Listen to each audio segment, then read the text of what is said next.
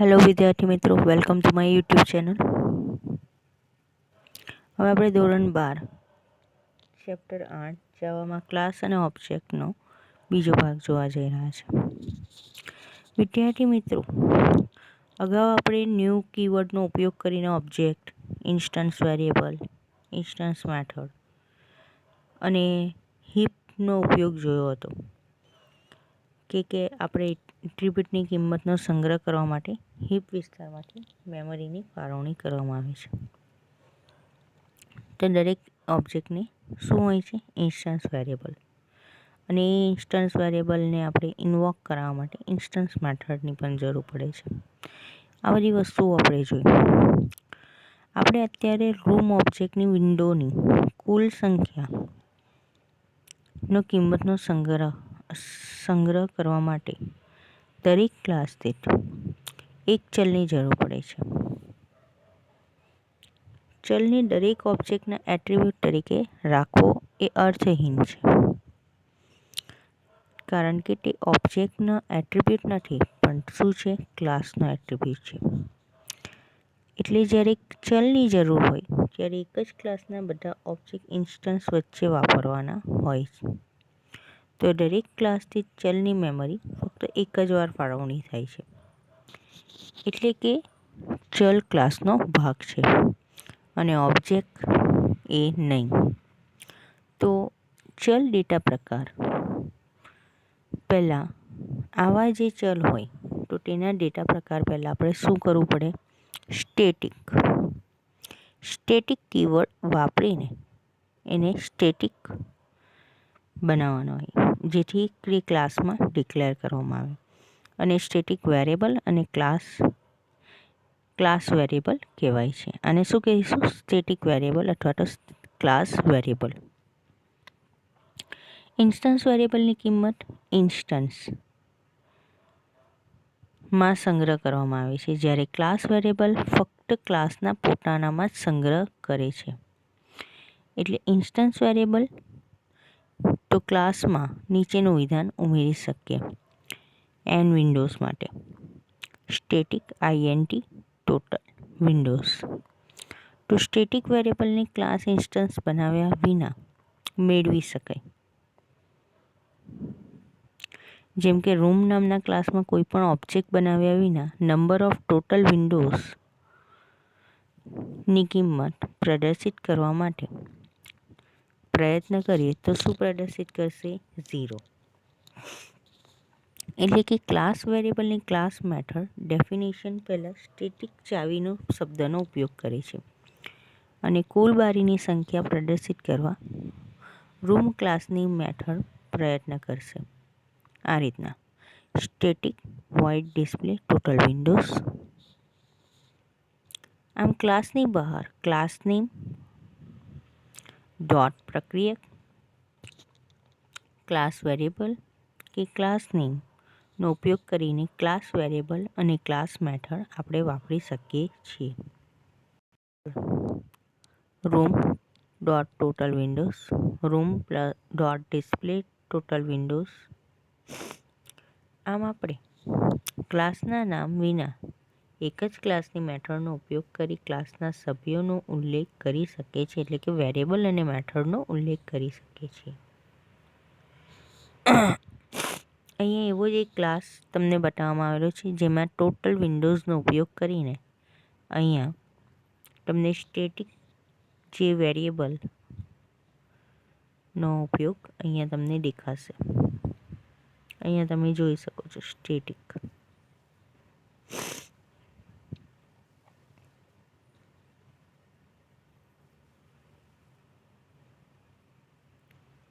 Okay વિદ્યાર્થી મિત્રો,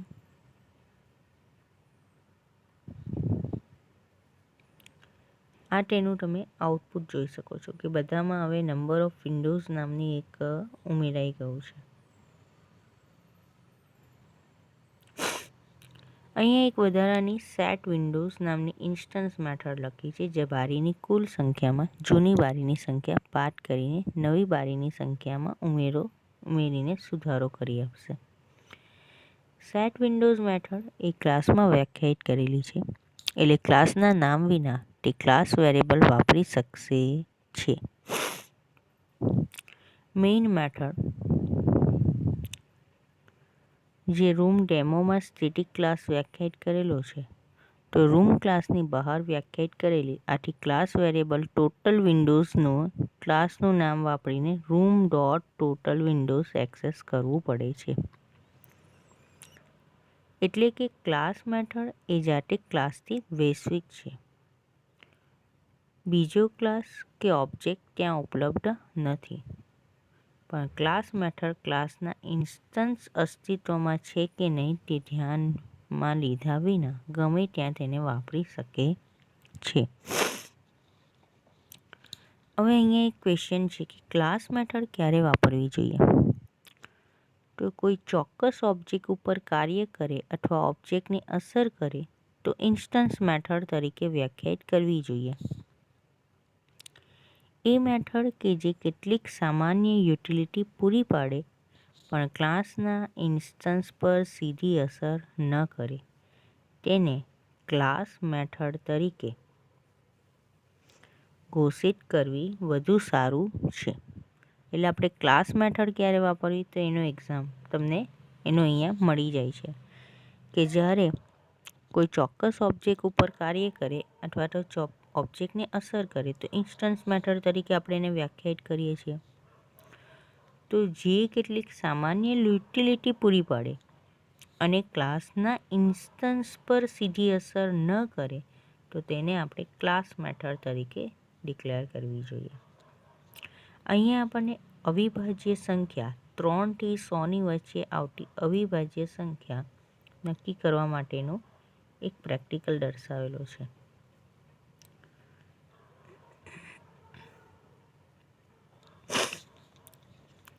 અહીંયા પ્રાઇમ એ ક્લાસનું નામ છે. Is prime INTN. અહીંયા જોજો ઉપરના ભાગમાં આપણે મેઇન મેથડનો ઉપયોગ નથી કરેલો. INT I last, INT is greater or equal to 1 to 4, last is equals to INT math dot square root, do I is equals to 3, do while લૂપનો ઉપયોગ, if n module 1 is equal to 0, I is equals to I plus 2, while I less than last, return true. Class prime class method.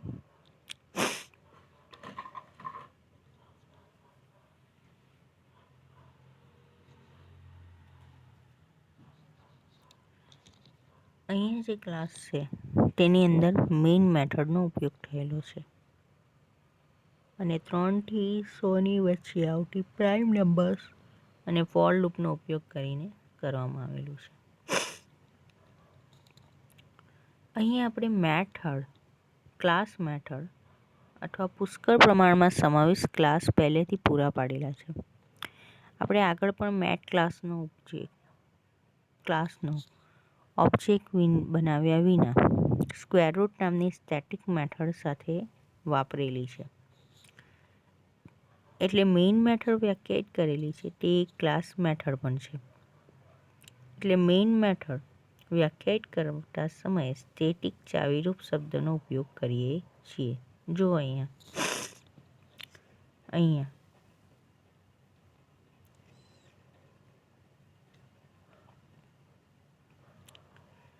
આપણે ક્લાસના સ્થિર અને ચલિત ભાગો અલગ અલગ હેતુઓ પૂરા પાડે છે. સ્ટેટિક વ્યાખ્યા જે વસ્તુ જણાવે છે જે ક્લાસનો જાતે એક ભાગ છે, જ્યારે નોન સ્ટેટિક એ વસ્તુ જણાવે છે કે ક્લાસના દરેક ઓબ્જેક્ટ ઇન્સ્ટન્સનો ભાગ બનશે. અહીંયા યાદ રાખવા જેટલા મુદ્દાઓ છે કે ક્લાસ વેરિયેબલ અને ક્લાસ મેથડને ક્લાસ નેમ અથવા રેફરન્સ વેરિયેબલથી એક્સેસ કરી શકાય.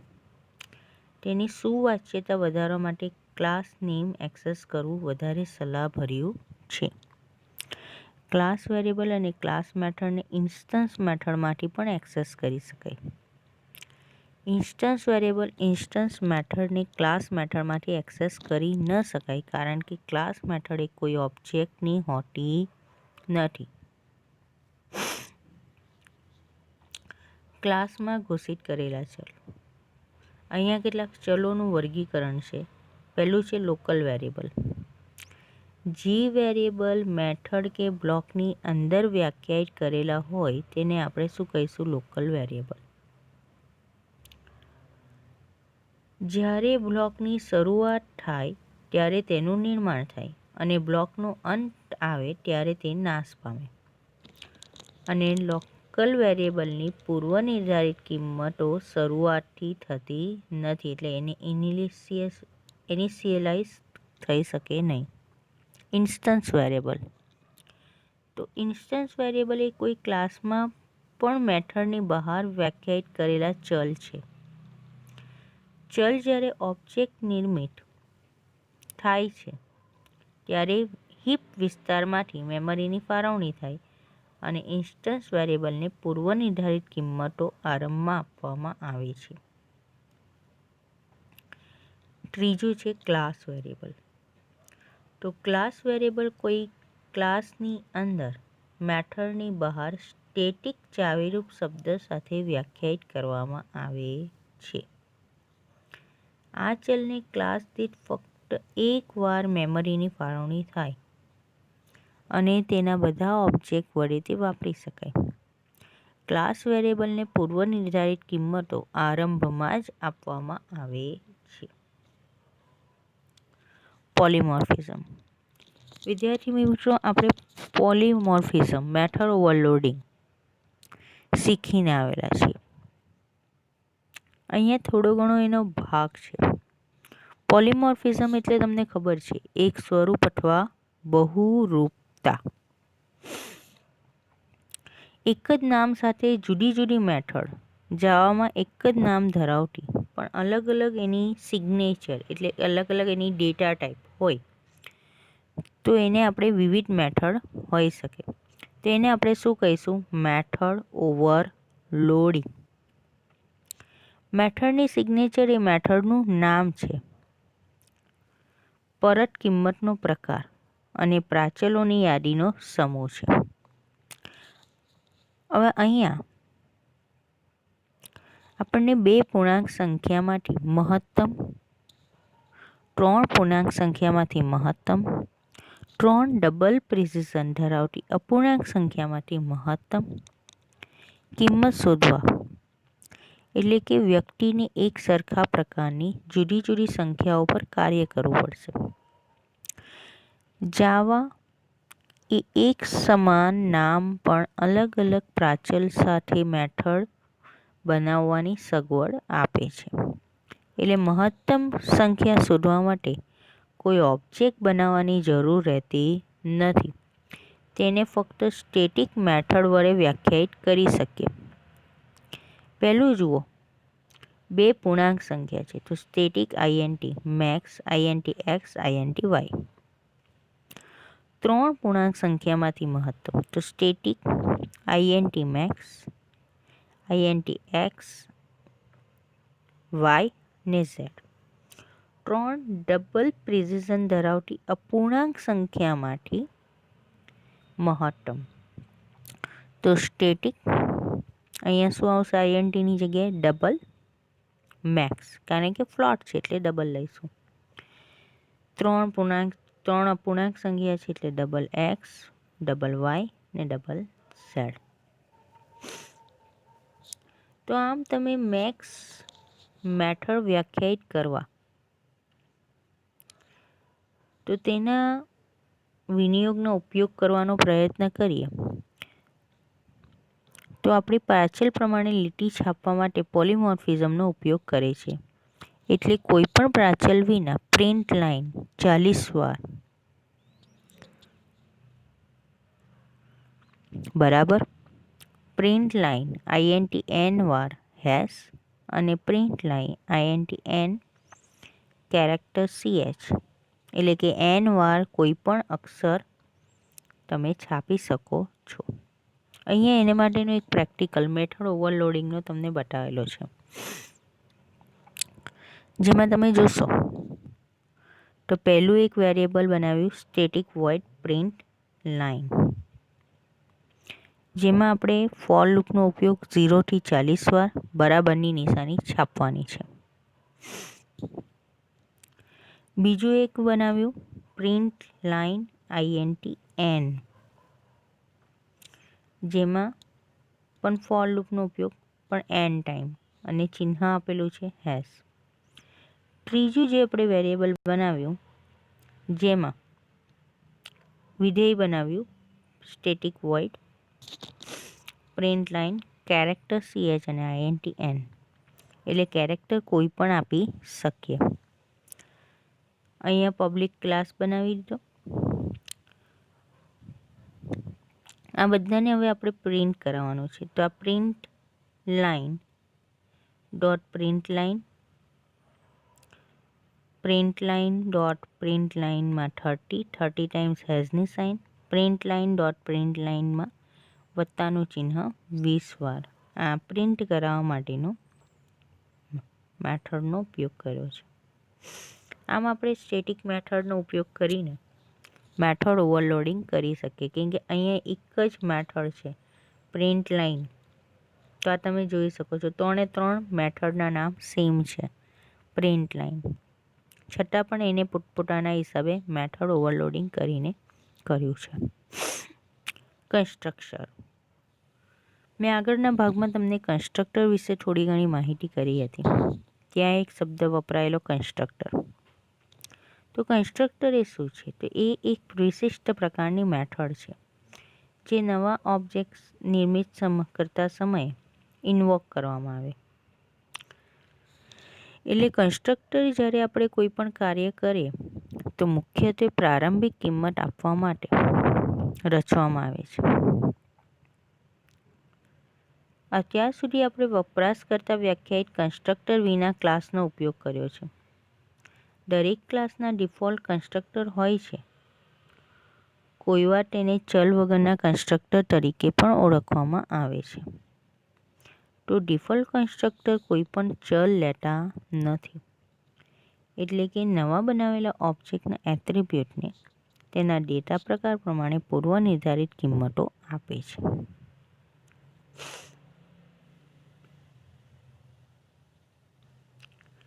કન્સ્ટ્રક્ટર માટે અન્ય સામાન્ય મેથડ કેવી રીતના અલગ પડે?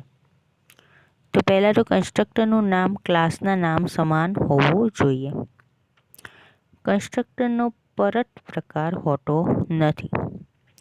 જ્યારે નવા પ્રક્રિયકો વાપરીને ઓબ્જેક્ટ બનાવવામાં આવે ત્યારે કન્સ્ટ્રક્ટર અંતર્ગત રીતે ઇન્વોક કરવામાં આવે છે. કન્સ્ટ્રક્ટર પ્રોગ્રામમાં અન્ય કોઈપણ જગ્યાએ સ્પષ્ટ રીતે ઇન્વોક કરવામાં આવતો નથી. આ મેથડની જેમ કન્સ્ટ્રક્ટરને પણ ઓવરલોડ કરી શકાય. અલગ અલગ પ્રાચલની યાદી જ્યારે શક્ય હોય તો આપણે અહીંયા જોયું તો રૂમ જે એટ્રીબ્યુટ હતો તેને અલગ અલગ પ્રાચલોની પ્રારંભિક કિંમત આપવા માટે આપણે કન્સ્ટ્રક્ટર લખીએ છીએ. જેવી રીતના કે લેન્થ માટે L, વિડ્થ માટે W, હાઇટ માટે H અને n વિન્ડોઝ માટે N. આમ ઇનિશિયલાઇઝ કરવામાં આવેલા છે.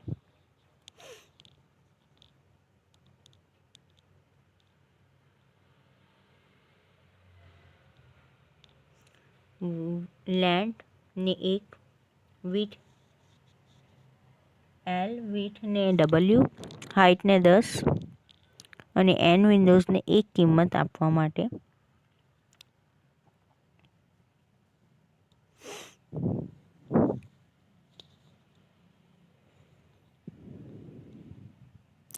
અહીંયા કન્સ્ટ્રક્ટરનો ઉપયોગ કરેલો તમને પ્રેક્ટિકલ જોવા મળી રહ્યો છે, જેમાં room flat L, flat W, H અને બાઇટ N. તો અહીંયા કન્સ્ટ્રક્ટર વપરાયેલું છે. અહીંયા ફ્લોટ L અને ફ્લોટ W, તો તેને માટે અહીંયા કન્સ્ટ્રક્ટર તમને વપરાયેલું જોવા મળે છે.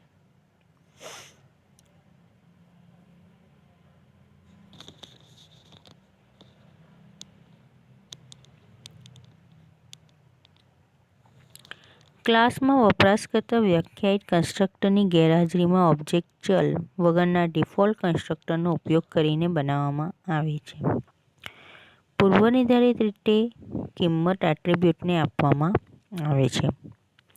ક્લાસમાં વપરાશકર્તા વ્યાખ્યાયિત કન્સ્ટ્રક્ટરની હાજરીમાં ડિફોલ્ટ કન્સ્ટ્રક્ટર ઉપલબ્ધ હોતા નથી.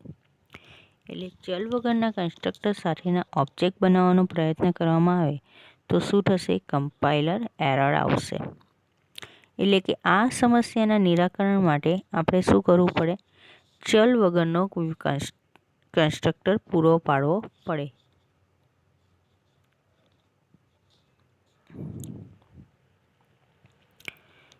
આગળ જે આપણે 8.7ની જે જોયું કન્સ્ટ્રક્ટરનો ઉપયોગ કરેલું, જેની અંદર મેઇન મેથડમાં રૂમ ઓબ્જેક્ટ બનાવવાનો પ્રયત્ન કરેલો અને કમ્પાઇલેશન દરમિયાન એરરનું નિરીક્ષણ કર્યું. તો રૂમ R3 = ન્યૂ રૂમ. તો આ જે એરર દૂર કરવા માટે વપરાશકર્તા વ્યાખ્યાયિત ચલ વગરનો કન્સ્ટ્રક્ટર રૂમ ઉમેરો અને પછી તે પ્રોગ્રામનો આપણે અમલ કરીએ. અહીંયા તમને દર્શાવવામાં આવેલો છે. આ જુઓ,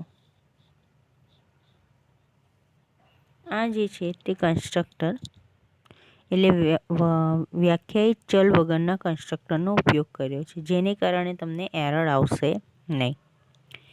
એક્સેસ કંટ્રોલ માટેના વિઝિબિલિટી મોડિફાયર. એક્સેસ કંટ્રોલ એટલે શું? એટલે કે દ્રશ્યતાની નિયંત્રણ. તો એક્સેસ મોડિફાયર વિઝિબિલિટી મોડિફાયર તરીકે પણ ઓળખવામાં આવે છે. જો મેથડ અથવા વેરિયેબલ બીજા ક્લાસમાં દૃશ્યમાન હોય તો જ અન્ય ક્લાસમાંથી તેનો ઉલ્લેખ કરી શકાય. એટલે કે મેથડ અથવા વેરિયેબલ સુરક્ષિત રાખવા માટે આપણે 4 સ્તરના વિઝિબિલિટીનો ઉપયોગ કરવામાં આવેલો છે. એટલે કે 4 Psનો ઉપયોગ કરેલો છે. હવે કયા કયા 4 Ps છે?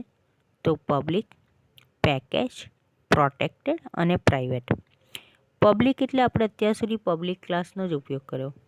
પેકેજ પૂર્વ નિર્ધારિત સુરક્ષા, પ્રોટેક્ટેડ અને છેલ્લું છે પ્રાઇવેટ.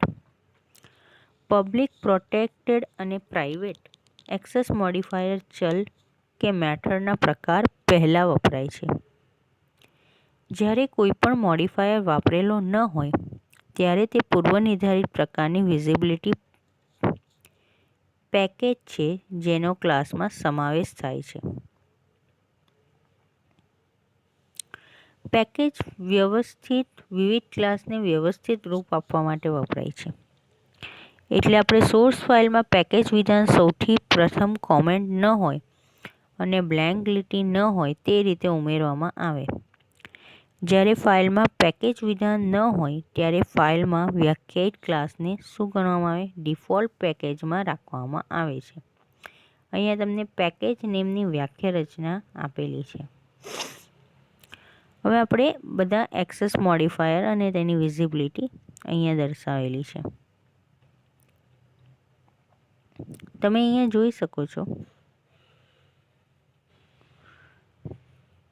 પબ્લિક છે તો એનું વાઇડેસ્ટ છે.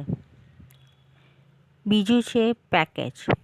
પેકેજમાં 3 એરો તમને બતાવેલા છે. પ્રોટેક્ટેડમાં 2, જ્યારે પ્રાઇવેટ જે છે તે નેરો વેસ્ટ એટલે એકદમ ઓછા પ્રમાણમાં એની વિઝિબિલિટી હશે. પબ્લિક તો જ્યારે આપણે કોઈ મેથડ કે ચલ જે ક્લાસમાં વ્યાખ્યાયિત કરેલો હોય તેને ઉપલબ્ધ હોય તો આપણે ક્લાસની બહાર બધા ક્લાસમાં ઉપલબ્ધ બનાવવા ઈચ્છતા હોઈએ તો મેથડ અથવા ચલને પબ્લિક એક્સેસ માટે ડિક્લેર કરવામાં આવે. આ સૌથી વધારે શક્ય એક્સેસ છે કે જેને આપણે પેકેજમાં વ્યાખ્યાયિત ક્લાસને પણ વિઝિબિલિટી પૂરી પાડે છે. આમ પબ્લિક એક્સેસ આપવા માટે ચલ કે મેથડના પ્રકાર પહેલાં પબ્લિક એક્સેસ મોડિફાયર વાપરવામાં આવે. એટલે કે public float length, public double area.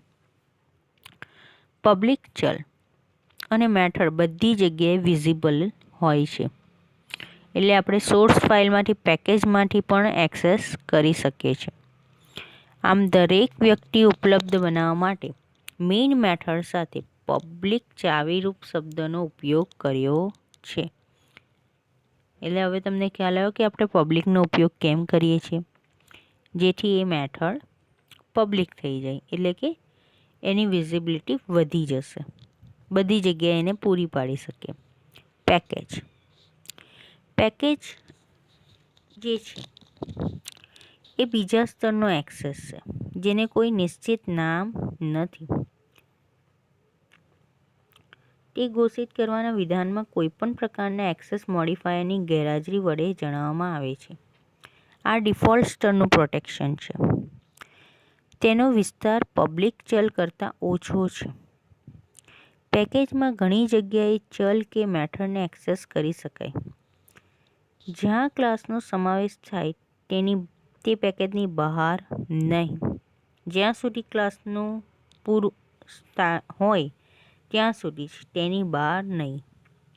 આમ સોર્સ ફાઇલ પેકેજ વિધાન વિનાની હશે તો પેકેજ સાથેની પૂર્વનિર્ધારિત ગણવામાં આવશે. અત્યાર સુધી આપણે બધા જ પ્રોગ્રામમાં પબ્લિક બરાબર જ છે, પણ અહીંયા રેક્ટેંગલ ક્લાસના બે એટ્રીબ્યુટ લેન્થ અને વિડ્થ, તો એને અનેક મેથડ છે, તો આ મોડિફાયર ચાવીરૂપ શબ્દ વાપર્યો નથી. એટલે પૂર્વનિર્ધારિત રીતે શું કરશે, પેકેજ પ્રોટેક્શનમાં રહેશે. એટલે સોર્સ ફાઇલમાં વ્યાખ્યાયિત અન્ય ક્લાસ રેક્ટેંગલ ડેમો માટે સીધો તેને મેળવી શકે છે.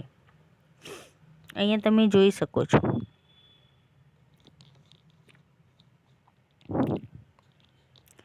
રેક્ટેંગલ ક્લાસમાં અહીંયા જે તમને ઉમેરવામાં આવેલો છે, તો તે જે ક્લાસ છે તેની અંદર પેકેજનો ઉપયોગ છે, એટલે તે અહીંયા એને સીધો એનો ઉપયોગ કરી શકે છે.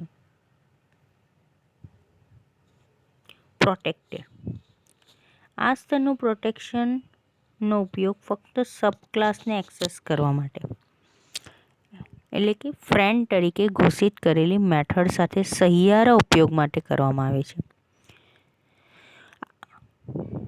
આ જે પ્રોટેક્ટેડ છે તેની પબ્લિક અને પેકેજ એ બંને સ્તર કરતાં એની વિઝિબિલિટી ઓછી છે. ચોથા સ્તરની જે પ્રાઇવેટ છે તેમાં પૂરી પાડવામાં આવેલી પૂર્ણ ગુપ્તતા કરતાં વધુ છે. પણ આમ પ્રોટેક્ટેડ પ્રોટેક્શનનો ઉપયોગ આપણે જ્યારે ઓબ્જેક્ટ આધારિત પ્રોગ્રામિંગ ખ્યાલ ઇનહેરિટન્સ વાપરીશું ત્યારે વધારે સુસંગત થશે. પ્રાઇવેટ કક્ષાનું પ્રોટેક્શન જે છે તે સૌથી વધુ ઉચ્ચ કક્ષાનું પ્રોટેક્શન, એની દૃશ્યતા સૌથી ઓછી છે, અત્યાર સુધીના શીખેલા બધા કરતાં ઓછી છે. પ્રાઇવેટ મેથડ અને ચલને ક્લાસની અંદર જ વ્યાખ્યાયિત મેથડ દ્વારા સીધા એક્સેસ કરી શકાય. તે અન્ય કોઈપણ ક્લાસ દ્વારા જોઈ શકાતા નથી.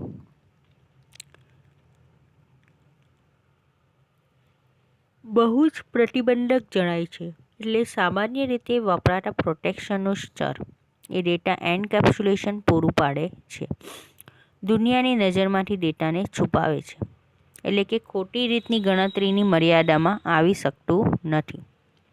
જે ઘટક સીધા કોઈપણ સાથે તેના સબ ક્લાસનો સમાવેશ સાથે સહિયારું ન હોય તે પ્રાઇવેટ છે. અહીંયા ડેટા એન્કેપ્સ્યુલેશન પૂરો પાડવાનો સૌથી શ્રેષ્ઠ માર્ગ શક્ય એટલા વધારામાં વધારે ડેટા પ્રાઇવેટ કરવાનો અને તેની રચના અને તેની અમલીકરણની ક્રિયાથી અલગ કરવાનો. તો તેનું કાર્ય કરવા માટે કોઈ ક્લાસને અન્ય ક્લાસની માહિતી જણાવવાની જરૂરિયાત ઓછામાં ઓછી હોય તે પ્રાઇવેટ કરે છે. વિદ્યાર્થી મિત્રો, આપણે લેન્થ તથા વિડ્થને પ્રાઇવેટ ઘોષિત કર્યા છે. પ્રાઇવેટ સભ્ય તે જ ક્લાસના સીધા ઉપલબ્ધ હોવાથી એરિયા અને ડિસ્પ્લે મેથડમાં તેનો ઉપયોગ કરીશું અને કોઈપણ પ્રકારની એરર આવશે નહીં. રેક્ટેંગલ ડેમો ક્લાસની મેઇન મેથડમાં એક્સેસ કરવામાં આવે ત્યારે એરર દર્શાવે.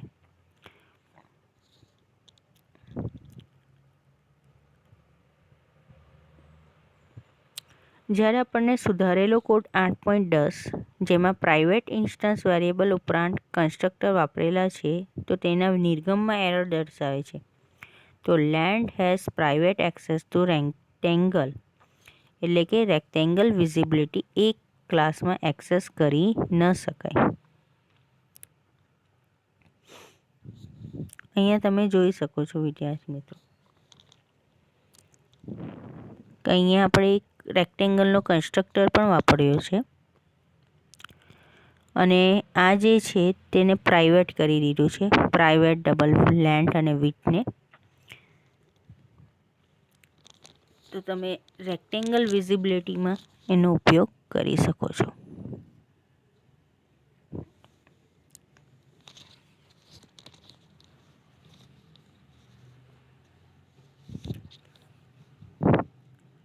જ્યારે આપણે પ્રાઇવેટ ઇન્સ્ટન્સ વેરિયેબલ એક્સેસ કરીશું તો આપણને શું મળશે? એરર. બીજા ક્લાસમાંથી પ્રાઇવેટ ચલ કઈ રીતે મેળવી શકાય? તો અન્ય ક્લાસની મેથડ વડે એક્સેસિબલ છે તેના દ્વારા તે પરોક્ષ રીતે ઉપલબ્ધ બનાવી શકાય. જેવી રીતના કે બે મેથડ ગેટ લેન્થ અને ગેટ વિડ્થ ઉમેરેલી છે. અહીંયા કોઈ આપણે મોડિફાયર વાપરેલો ન હોવાથી પેકેજ વિઝિબિલિટી આવી જશે અને અન્ય ક્લાસ વિઝિબિલિટી પ્રાઇવેટ બીમાં ઉપલબ્ધ થશે. આ મેથડ આપણે પ્રાઇવેટ ડેટા ફિલ્ડ લેન્થ અને વિડ્થની કિંમત મેળવી શકીશું. એટલે મેઇન મેથડના છેલ્લા નિર્ગમ વિધાનમાં ગેટ લેન્થ અને ગેટ વિડ્થ મેથડનો ઉપયોગ જોઈએ આપણે.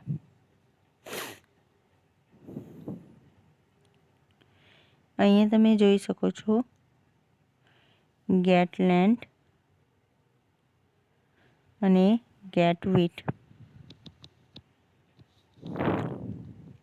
વિદ્યાર્થી મિત્રો, અત્યાર સુધી આપણે જાવાના જે બંધારણો છે ઓબ્જેક્ટના તે આપણે જોઈ રહ્યા છે.